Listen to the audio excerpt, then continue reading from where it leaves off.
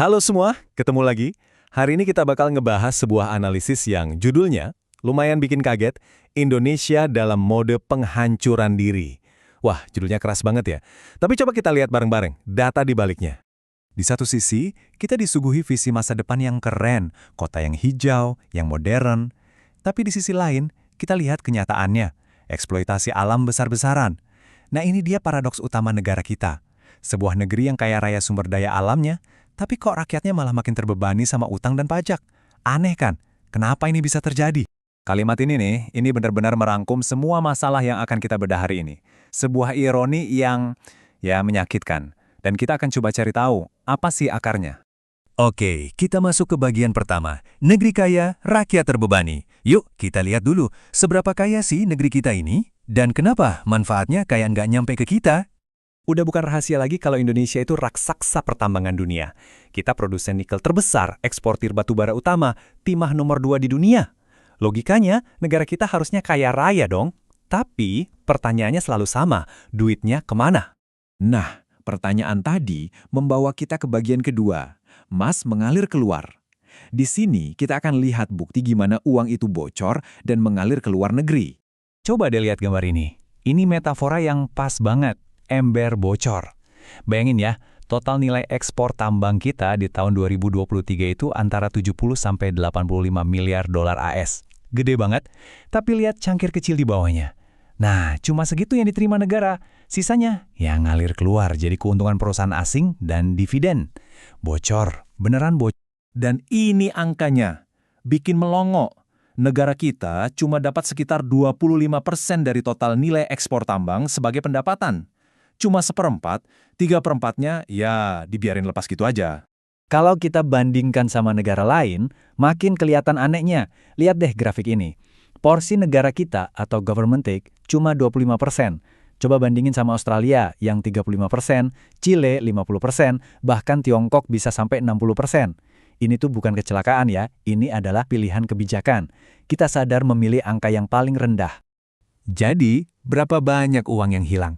Kalau aja kita pakai standar Tiongkok, ada potensi pendapatan tambahan sebesar 460 triliun rupiah setiap tahun. Coba bayangin, duit segitu bisa bangun berapa banyak sekolah, rumah sakit, atau jalan tol. Nah, uang yang hilang itu kan harus ditutupin dari tempat lain. Dari mana? Ya dari kantong kita. Kita masuk ke bagian ketiga, beban di pundak kita. Ilustrasi timbangan ini ngejelasin semuanya dengan sempurna. Karena sektor tambang setorannya minim, timbangannya jadi berat sebelah. Terus siapa yang nanggung? Ya kelas menengah dan para pekerja. Jadi negara ini dibiayai sama pajak kita, bukan dari kekayaan alamnya sendiri. Aneh. Gimana caranya? Ya lewat PPN 11% setiap kali kita belanja. Lewat PPh 21 yang langsung dipotong dari gaji kita tiap bulan. Belum lagi pajak di bensin, rokok, listrik. Intinya, beban pajak itu dialihkan ke kelompok yang paling gampang ditarikin pajaknya dan paling susah ngelak. Terus, kalau pajak dari kita aja nggak cukup, apa yang terjadi? Ya ngutang. Lihat aja grafiknya, pendapatan dari tambang datar-datar aja, tapi utang pemerintah, meroket. Diperkirakan bisa tembus 9.100 triliun di tahun 2025. Ngeri. Analogi ini ngena banget. Bener-bener menggambarkan ironi kebijakan fiskal kita. Kita milih ngutang yang bebannya buat anak cucu kita daripada nagih hak negara yang jelas-jelas ada di depan mata. Oke, pertanyaan besarnya sekarang kenapa sih ini bisa terus-terusan terjadi? Kok dibiarin? Yuk, kita masuk ke bagian 4 buat cari akar masalahnya. Jawabannya ada di konsep yang namanya state capture, atau gampangnya negara yang dibajak. Ini bukan salah hitung ekonomi, tapi emang sengaja dirancang supaya kebijakan negara lebih nguntungin segelintir orang daripada rakyat banyak. Nah, diagram Venn ini nunjukin gimana pembajakan itu terjadi. Ada irisan yang terlalu besar antara lingkaran regulator, para politisi, dengan lingkaran pelaku usaha, para oligarki tambang. Jadi, yang seharusnya mengawasi, malah main mata sama yang diawasi. Jadilah konflik kepentingan yang bikin negara rugi. Kebocoran ini terjadi lewat 3 celah kebijakan utama. Pertama, ya tadi, porsi buat negara emang sengaja dibikin rendah. Kedua, hilirisasi yang nggak disiplin, jadi keuntungannya bisa disembunyiin. Dan ketiga, ini yang paling canggih, lewat transaksi afiliasi. Jadi mereka jual hasil tambang ke perusahaan saudaranya di luar negeri dengan harga murah, biar pajak di Indonesia jadi kecil. Pinter banget kan akal-akalannya? Oke, cukup deh ngomongin masalahnya, sekarang kita fokus ke solusi. Ada nggak sih jalan keluarnya? Kita masuk bagian terakhir, jalan menuju perubahan. Jadi gini, ini bukan cuma soal kerugian, tapi ini soal potensi. Potensi yang gede banget. Kalau dihitung-hitung, potensi penerimaan negara yang hilang selama 20 tahun itu bisa mencapai 9.000 triliun rupiah.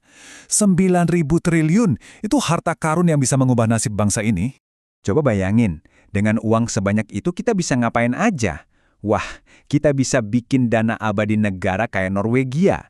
Bisa mendanai pendidikan dan kesehatan gratis buat semua orang. Bisa lunasin semua utang negara. Dan yang paling penting, bisa membawa Indonesia keluar dari jebakan negara berpendapatan menengah.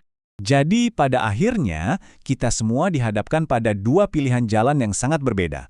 Jalan yang sekarang ini adalah jalan penghancuran diri yang ujungnya ya kerusakan alam, ketimpangan, dan kemiskinan. Atau kita bisa pilih jalan perubahan, jalan menuju negara yang makmur, adil, dan sejahtera. Menaikkan porsi negara dari hasil tambang itu bukan ideologi aneh-aneh loh. Ini murni rasionalitas ekonomi. Sebenarnya memperbaikinya tuh gampang. Yang dibutuhkan cuma kemauan politik untuk berhenti merelakan ratusan triliun uang rakyat setiap tahunnya. Jadi pertanyaannya sekarang kembali ke kita semua. Jalan mana yang akan kita pilih? Karena pilihan itu ada di tangan kita.